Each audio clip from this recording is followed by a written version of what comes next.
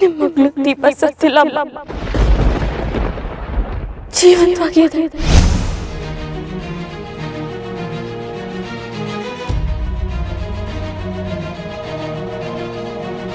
ಏನು? ದೀಪ ಸತ್ತಿಲ್ವಾ? ಜೀವಂತವಾಗಿದ್ದಾಳೆ? ಹೌದೌದು. ನನ್ನ ಮಗಳು ಎಲ್ಲಿದ್ದಾಳೆ? ನಾನು ಅವಳನ್ನು ನೋಡಬೇಕು.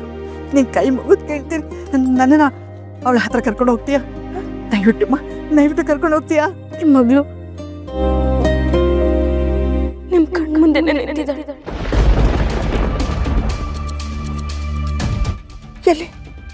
ಎಲ್ಲಿ ಅವಳು? ಈ ದಿಶಾ ನಿಮ್ಮ ಮಗಳು ದೀಪ ಅಮ್ಮ.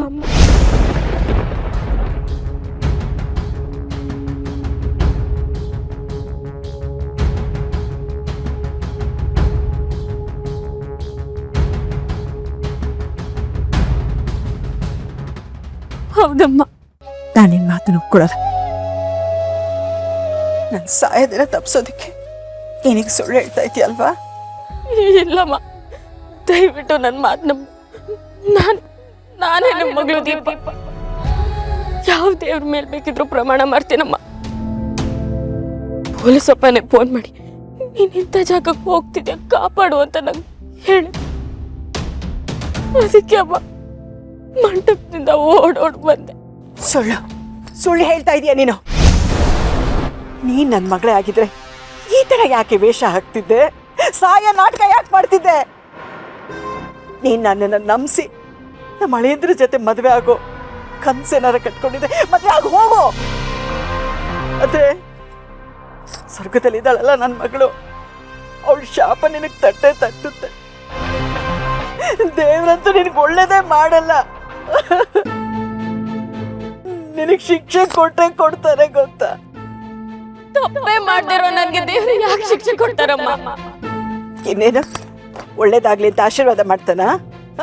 ಗೊತ್ತಿಲ್ಲಮ್ಮ, ನಾನು ಸತ್ಯದ ದಾರಿಯಲ್ಲೇ ನಡೀತಾ ಇದ್ದೆ. ಆ ದೇವ್ರು ನನ್ನ ಕೈ ಬಿಡಲ್ಲ ಅಂತ ನಂಗೆ ನಂಬಿಕೆ ಇದೆ.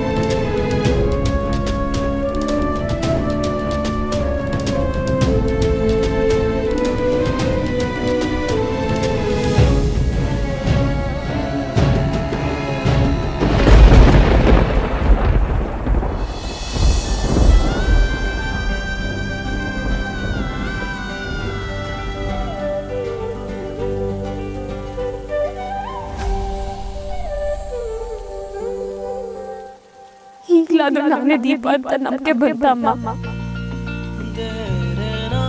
ಅಂದ್ರೆ ನೀನ್ ಸತ್ತಿಲ್ವಾ? ಬದುಕಿದೀಯಾ? ಓ ಅಮ್ಮ, ನಿನ್ ಮಗಳು ಇನ್ನೂ ಬದುಕಿದ್ದಾರೆ.